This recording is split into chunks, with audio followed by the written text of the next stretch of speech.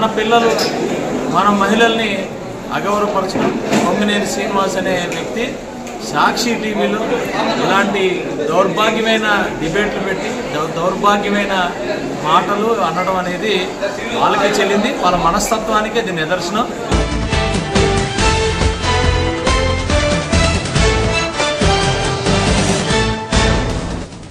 ఒక వెకిలి నవ్వు ఒక మాట కొమ్మినేని జైలు పాలు చేసింది.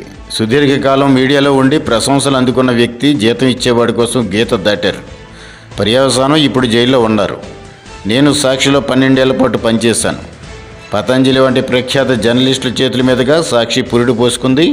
ప్రింట్ మీడియా ఈనాడుతో పోటీ పడింది. ఒక దశలో అధిగమించే ప్రయత్నం చేసింది.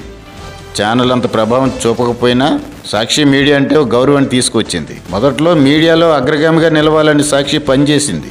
తరువాత జగన్ను ముఖ్యమంత్రి చేయడం కోసం ప్రచార హస్త్రంగా మారింది. తరువాత రూపాంతరం చెంది పార్టీని వీడిన వారిని, ప్రత్యర్థి రాజకీయ నాయకులను బజారుకి ఇచ్చే పనిలో పడింది. జరిగే అక్రమాలకు బాధ్యులుగా అధికారులు, బినామీలు ఉంటారు. తెర వెనుక ఉండే రాజకీయ నాయకుల పేర్లతో ఆధారాలు, వివరణలు లేని వార్తలు రాయడానికి తెగించింది. ఈ క్రమంలోనే అమరావతికి పెట్టుబడులు రాకుండా అడ్డుకోవాలని మేడం ఆలోచన. వరదల్లో కొట్టుకుపోతుందని, భవనాలు కూలిపోతాయని, వాతావరణం సరిగ్గా లేదని చెప్పారు. చివరికి వేశ్యల రాజధాని అని చెప్పారు.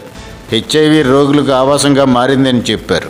విశ్లేషకులమని, యాంకర్లమని కెమెరా ముందు కూర్చోవడం, చిల్లర వేసేవాడు మెచ్చుకొని ఇంక్రిమెంట్ ఇస్తాడని భావించి జర్నలిజాన్ని అప్రతిష్ట పాలు చేసేలా మాట్లాడడం సభ్య సమాజం ముందు జర్నలిస్టులు తలదించుకునేలా చేసింది. అచ్యుతాపురం పోలీస్ స్టేషన్లో మహిళలు కొమ్మినేనిపై ఫిర్యాదు చేశారు. జర్నలిస్టులకు ఇది గుణపాఠం కావాలి. ముఖ్యంగా సాక్షి, ఏబిఎన్లో పనిచేసేవారు యాజమాన్యాలు ప్రోత్సహిస్తున్నాయని నిరాధారమైన వార్తలు, కథనాలు రాయొద్దు.